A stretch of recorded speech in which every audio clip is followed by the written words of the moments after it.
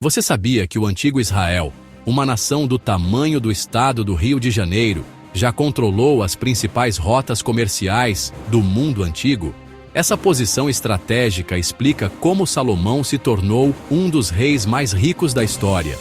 Hoje, vamos revelar como a localização de Israel no cruzamento da África, Ásia e Europa o transformou em uma potência econômica. Não eram apenas trilhas de terra, eram as artérias da civilização, canalizando bens, cultura e poder através dos continentes. A localização da Terra Prometida não foi um acidente, foi uma interseção estratégica no coração do mundo antigo, dando a quem a controlasse imenso poder econômico e político. Sob o rei Davi e Salomão, Israel aproveitou essa vantagem, transformando uma coleção de tribos em um império formidável. Mas como sabemos que isso não é apenas lenda? Descobertas arqueológicas agora confirmam, com detalhes impressionantes, os relatos históricos registrados na Bíblia. A dominância econômica de Israel está escrita tanto nas Escrituras quanto na própria terra, onde 3 importantes rotas comerciais convergiam. A primeira, a Via Maris, ou Caminho do Mar, conectava o Egito à Mesopotâmia, passando por cidades importantes como Gaza e Megido. Quem controlava Megido, controlava essa rodovia internacional. Um fato confirmado por portões monumentais e instalações de armazenamento descobertos por arqueólogos. A segunda, a Estrada do Rei, percorria o planalto a leste do Jordão, canalizando o lucrativo comércio de especiarias da Arábia e da África. Caravanas carregadas de incenso, mirra e ouro viajavam por essa estrada, tornando seu controle uma fonte de imensa riqueza. Essas rotas não eram apenas caminhos, eram superrodovias econômicas, e o domínio de Israel sobre elas era o segredo de sua prosperidade.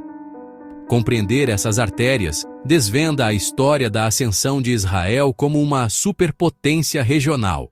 A terceira rota, a Rota da Crista, ou Caminho dos Patriarcas, percorria o coração montanhoso de Israel, conectando cidades como Berseba, Hebrom, Jerusalém e Siquém. Isso era mais do que uma rota comercial.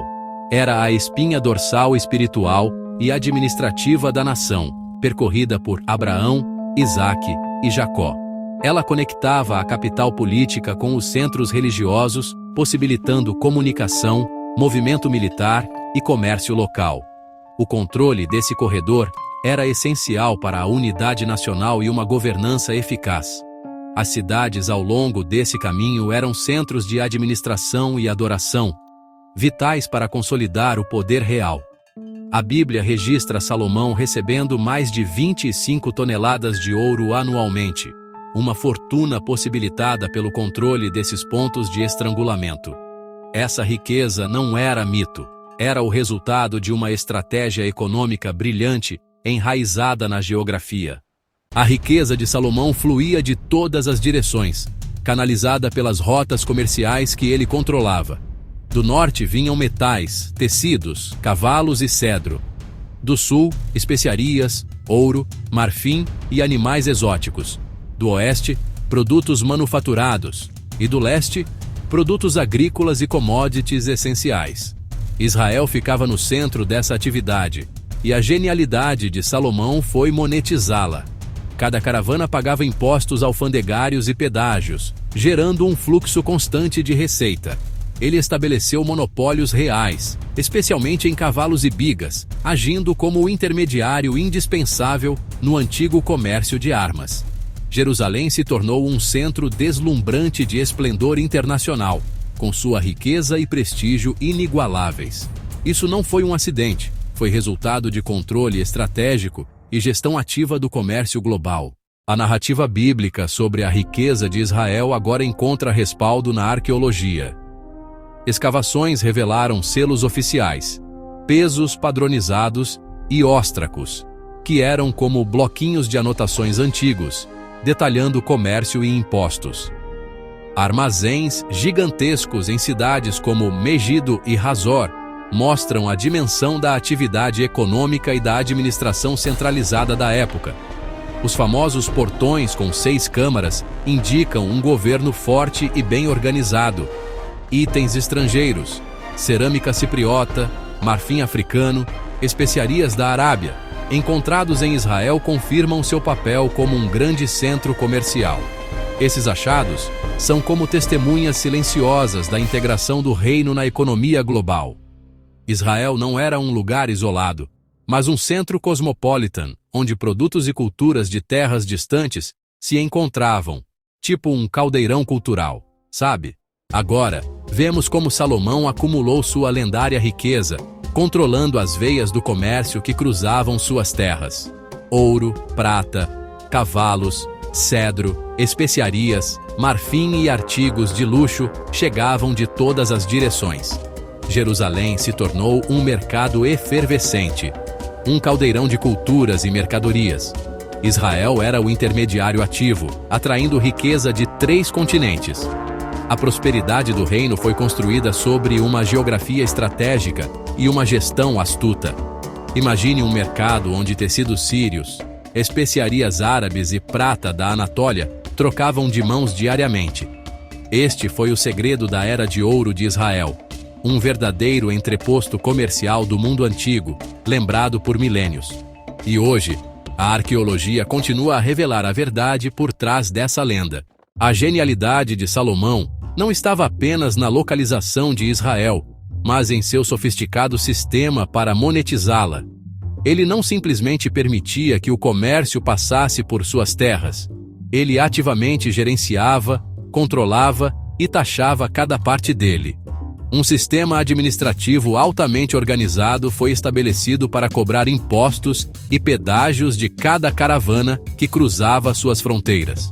Seja viajando pela Via Maris ou pela Estrada do Rei, nenhum comerciante conseguia evitar os postos de pedágio montados em pontos estratégicos. Essa tributação sistemática gerava um fluxo constante e massivo de receita que fluía diretamente para o Tesouro Real, financiando os ambiciosos projetos de construção do rei, seu vasto exército e o estilo de vida luxuoso de sua corte.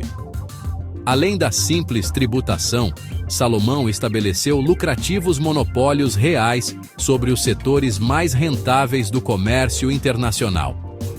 Seu monopólio mais famoso era no comércio de cavalos e carruagens, a tecnologia militar avançada da época. A Bíblia descreve como ele agia como intermediário exclusivo entre os principais produtores e consumidores do mundo. Ele comprava carruagens do Egito, renomado por sua superioridade artesanal, e cavalos da Cilícia, na atual Turquia, conhecidos por sua força e qualidade. Ele então vendia esses ativos militares com uma margem de lucro substancial para os reinos hitita e arameu ao norte, controlando efetivamente o comércio regional de armas e colhendo enormes lucros no processo. Essa empresa controlada pelo Estado se estendeu a outras commodities valiosas também.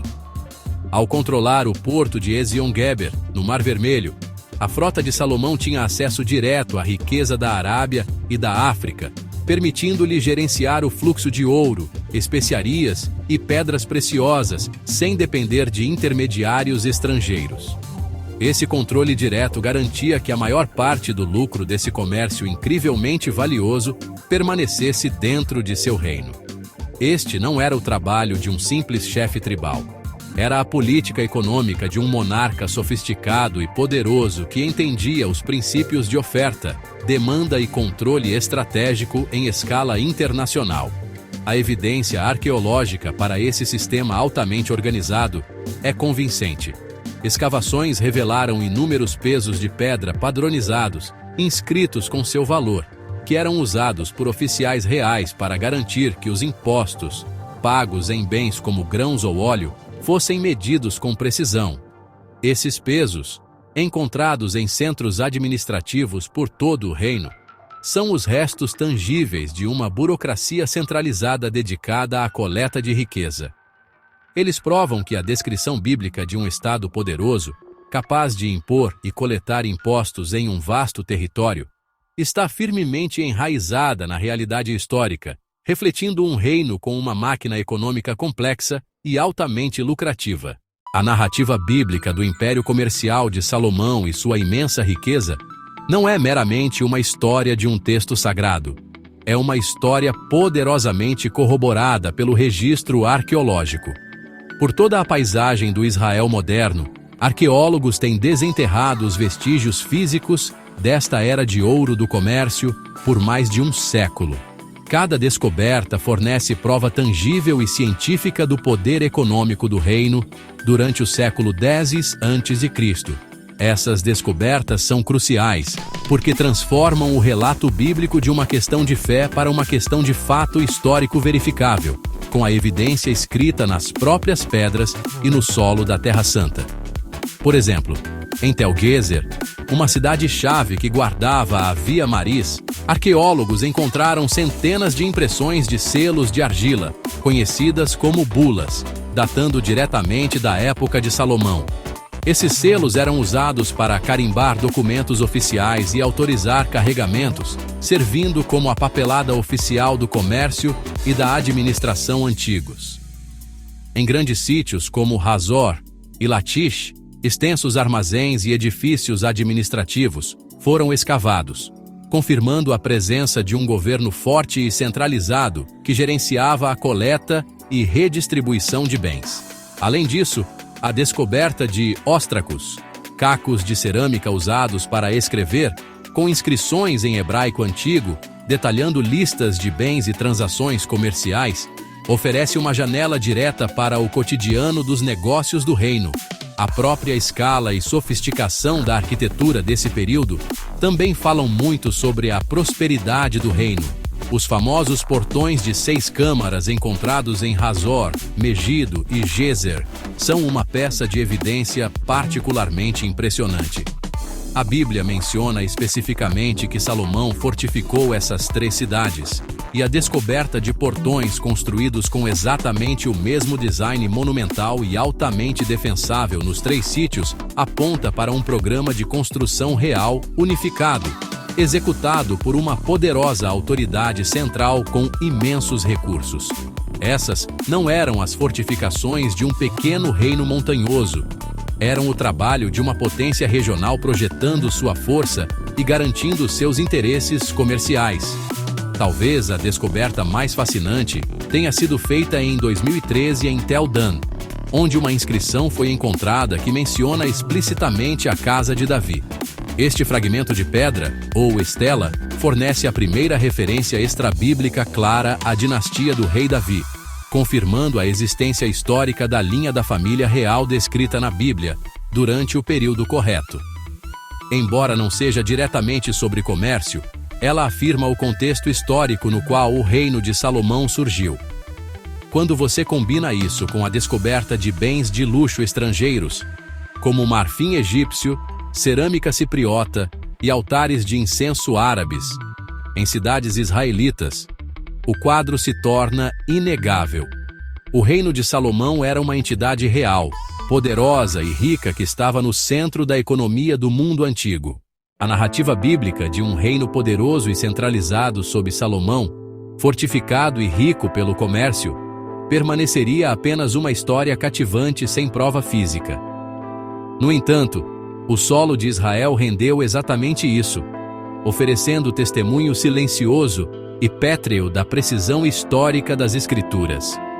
Em cidades estratégicas importantes mencionadas na Bíblia, arqueólogos desenterraram estruturas monumentais que se alinham perfeitamente com os relatos bíblicos. No livro de 1 Reis, é explicitamente declarado que Salomão construiu as cidades de Hazor, Megido e Gezer. Por décadas, essa foi uma afirmação que os historiadores não podiam provar nem refutar, mas a arqueologia moderna mudou essa conversa inteiramente, trazendo as palavras do texto antigo à vida de uma forma dramática e verificável. A evidência mais impressionante desse programa de construção centralizado é a descoberta de portões de 6 câmaras quase idênticos em todos os 3 locais antigos. Esses não eram portões de cidade comuns. Eram fortificações maciças e altamente sofisticadas, projetadas tanto para a defesa quanto para a regulamentação do comércio. O design único de 6 câmaras, uma grande portaria com 3 câmaras de cada lado, permitia um sistema complexo de controle, fornecendo espaço para guardas, funcionários administrativos e a coleta de pedágios. O fato de que o mesmo projeto arquitetônico exato foi usado em 3 cidades diferentes, todas estrategicamente localizadas ao longo das principais rotas comerciais, é uma prova poderosa de uma única autoridade central, poderosa e organizada, exatamente como a Bíblia descreve o reino de Salomão. Em Tel-Gezer, uma cidade que guardava a junção da Via Maris e uma rota que levava a Jerusalém, escavações lideradas pelo famoso arqueólogo Igael Yadin revelaram não apenas o portão salomônico, mas também uma enorme muralha externa, ou muralha de Casamata, construída no mesmo período. Essa descoberta foi crucial, pois confirmou o relato bíblico de Salomão recebendo Gezer como dote do faraó do Egito e depois a reconstruindo. A escala dessas fortificações fala de um reino com recursos significativos e proeza de engenharia, capaz de empreender obras públicas em larga escala para garantir seus interesses econômicos e projetar seu poder sobre a mais importante rodovia comercial do mundo antigo. Da mesma forma, em Hazor, no norte, e Megido, com vista para o vale do Jezreel, a história é a mesma. Os portões de 6 câmaras são marcadores inegáveis da era salomônica. Em Megido, escavações adicionais revelaram extensos complexos identificados como estábulos, capazes de abrigar centenas de cavalos, juntamente com enormes armazéns de grãos. Isso se alinha perfeitamente com a descrição bíblica do vasto exército de carros de Salomão e seu papel como um grande negociante de cavalos. Essas pedras silenciosas, uma vez enterradas por milênios, agora falam com uma voz clara, confirmando a existência de um reino sofisticado e rico que fortificou seus principais centros comerciais durante o século X a.C. Além da arquitetura monumental, as evidências mais pessoais e convincentes vêm dos menores artefatos.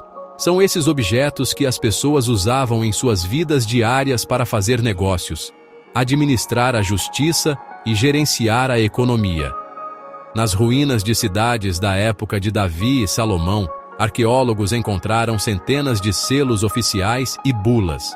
Uma bula é um pequeno pedaço de argila que era prensado em um barbante que amarrava um documento e depois carimbado com um selo. Isso funcionava como uma assinatura e uma medida de segurança. A descoberta de tantos desses artefatos, com os nomes de oficiais em escrita hebraica antiga, aponta para uma burocracia alfabetizada e altamente organizada, gerenciando os assuntos do reino.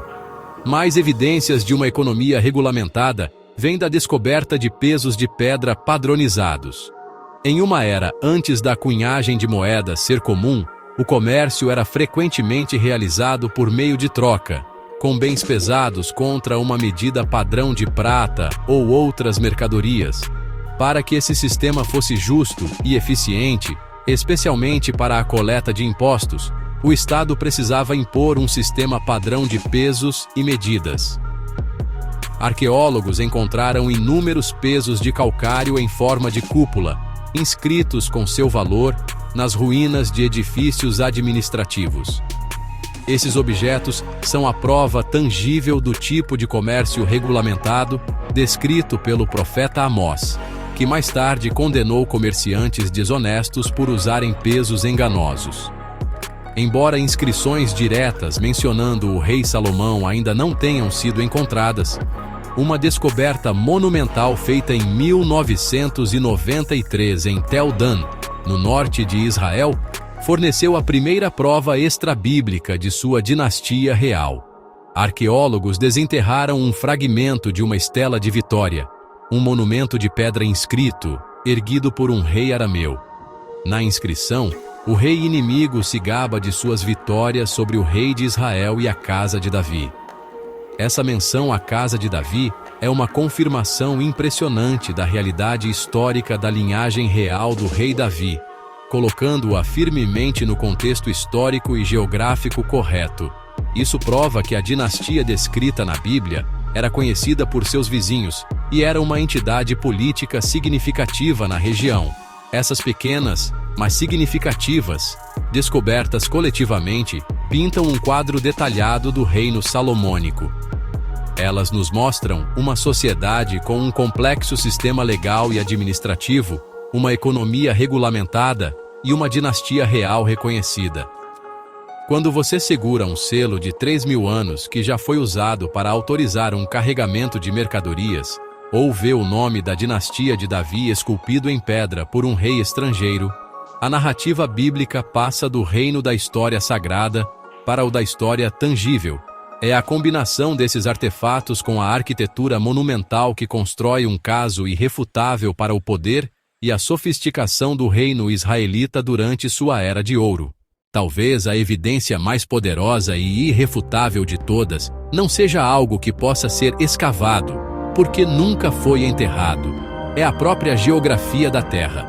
As montanhas, os vales e as planícies costeiras de Israel não mudaram significativamente em 3.000 anos.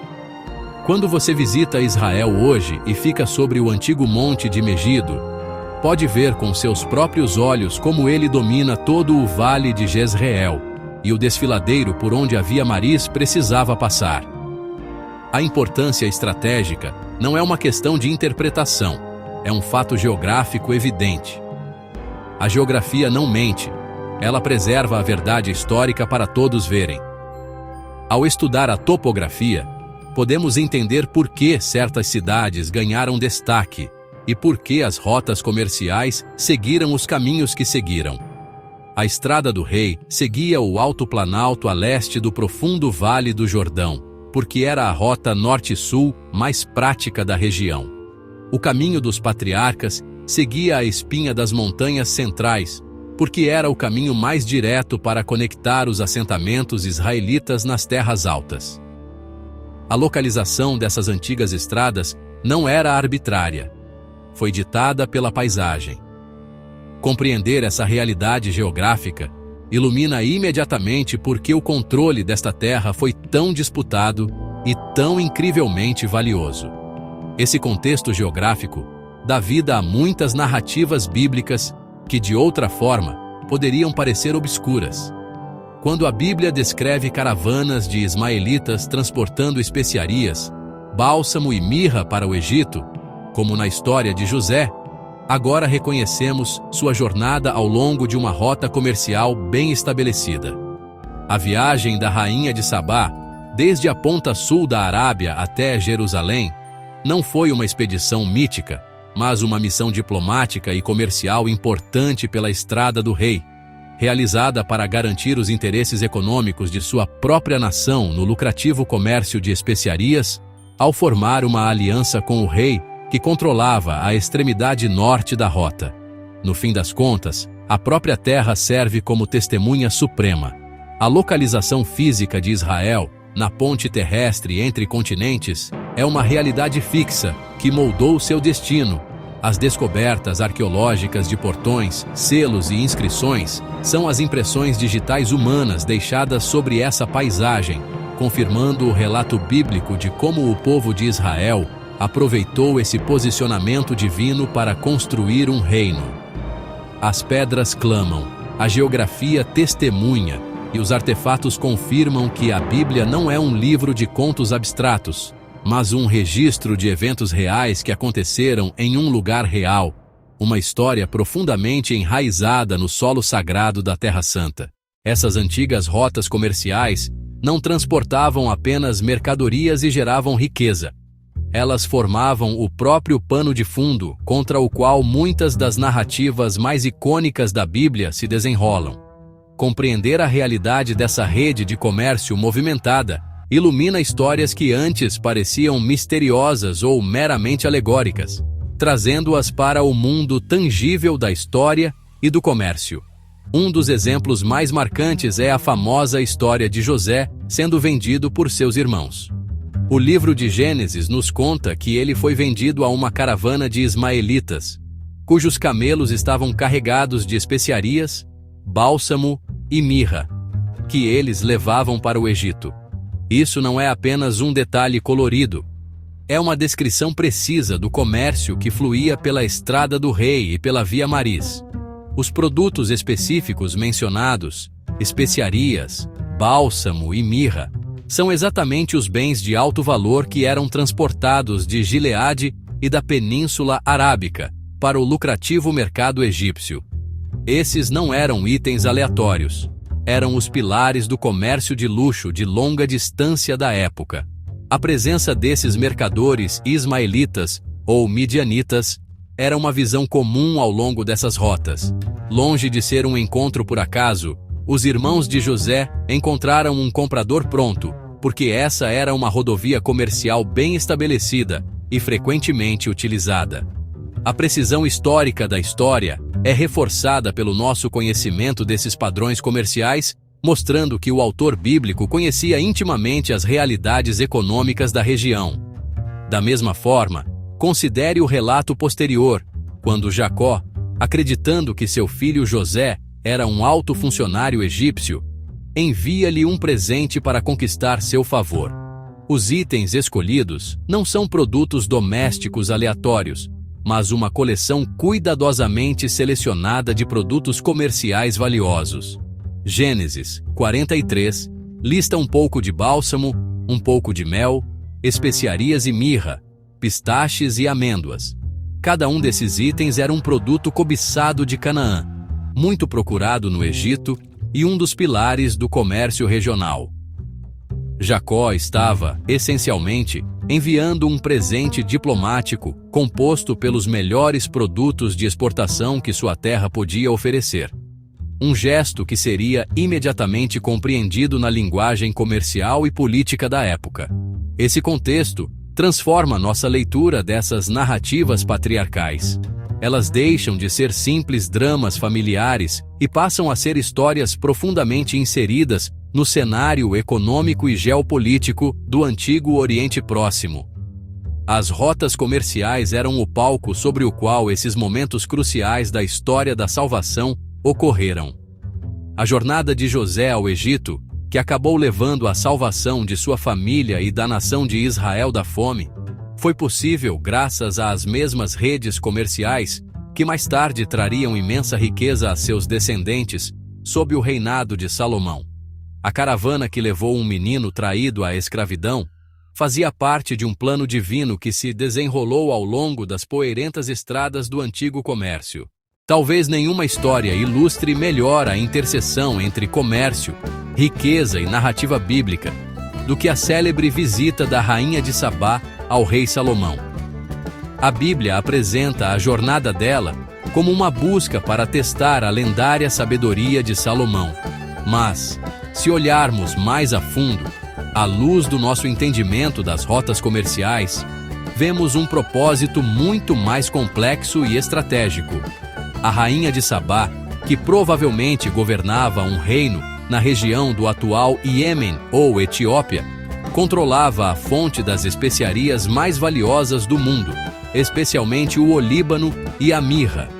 A economia inteira do seu reino dependia da passagem segura e lucrativa dessas mercadorias rumo ao norte, pela Estrada do Rei.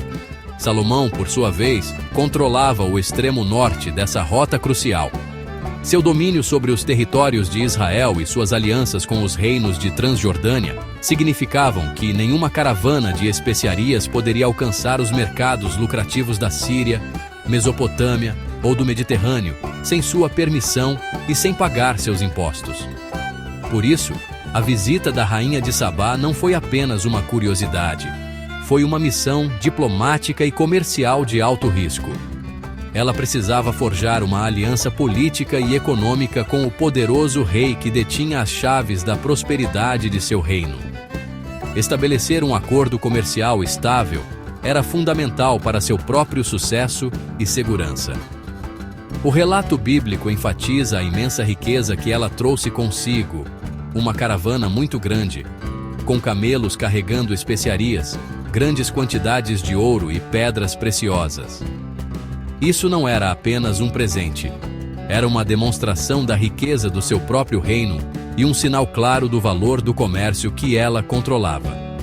Era o lance inicial de uma grande negociação. As perguntas que ela fez para testar a sabedoria de Salomão provavelmente eram uma forma de avaliar sua astúcia como parceiro político e econômico.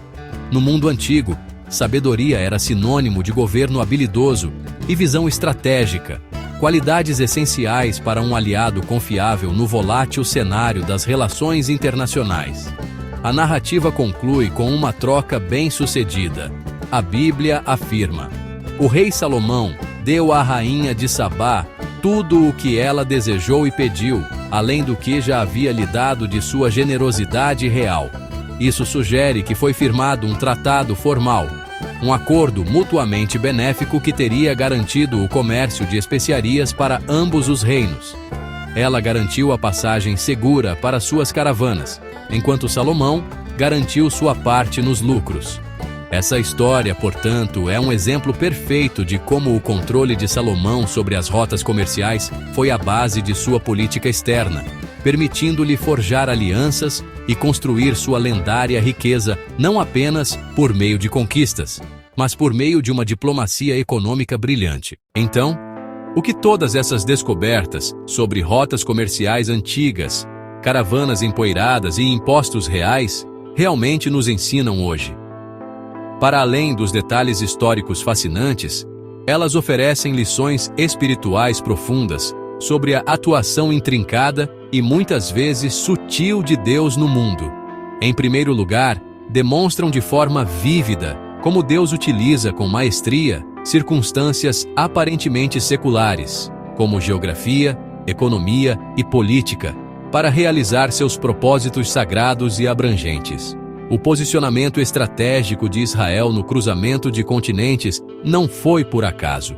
As estradas comerciais que trouxeram imensa riqueza material ao reino também serviram a um propósito muito mais elevado, preparando o caminho para a futura expansão das ideias monoteístas e, séculos depois, para a rápida disseminação da mensagem do Evangelho por essas mesmas estradas romanas já estabelecidas. Em segundo lugar, essas narrativas nos lembram do profundo senso de responsabilidade que acompanha a bênção material e o favor divino.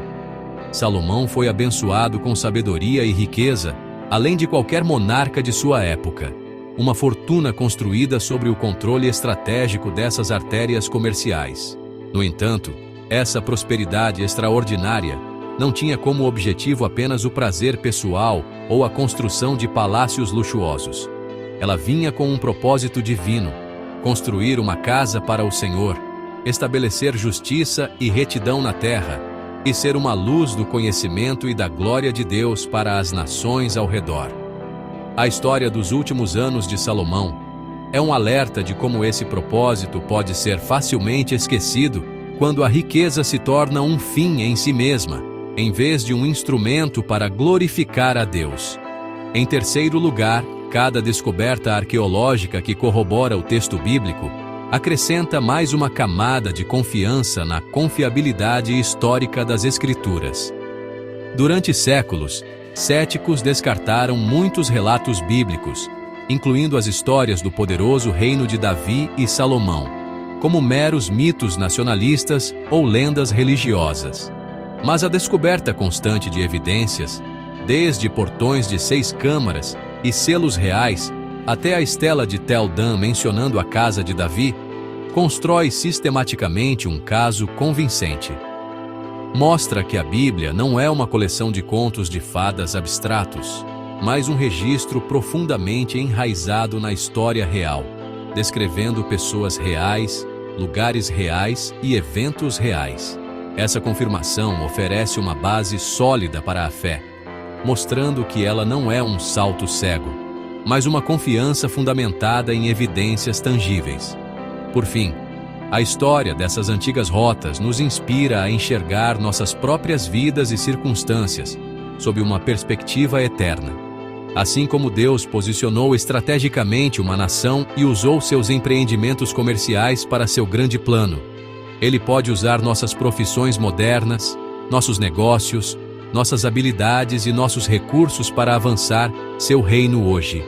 Nosso trabalho diário, seja em um escritório, em uma sala de aula ou em um mercado, pode fazer parte de um propósito divino maior. Esses caminhos antigos nos lembram que Deus é soberano sobre toda a história e cada detalhe de nossas vidas, entrelaçando até os aspectos mais comuns da existência humana no magnífico tapete de seu plano redentor para a humanidade.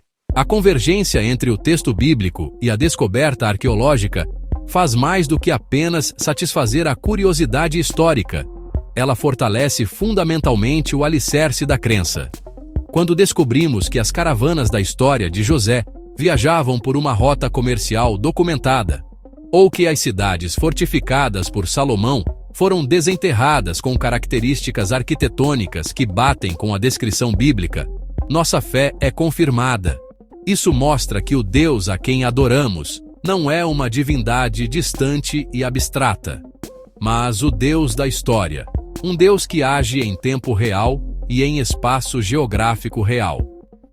As evidências do solo fornecem uma testemunha externa e objetiva para as afirmações de verdade das Escrituras, oferecendo uma resposta poderosa a um mundo cético. Essa verificação histórica é crucial porque ressalta a integridade de toda a narrativa bíblica. Se a Bíblia se mostra precisa em suas descrições detalhadas de geografia, comércio e estruturas políticas, temos mais confiança na sua precisão quanto às verdades espirituais.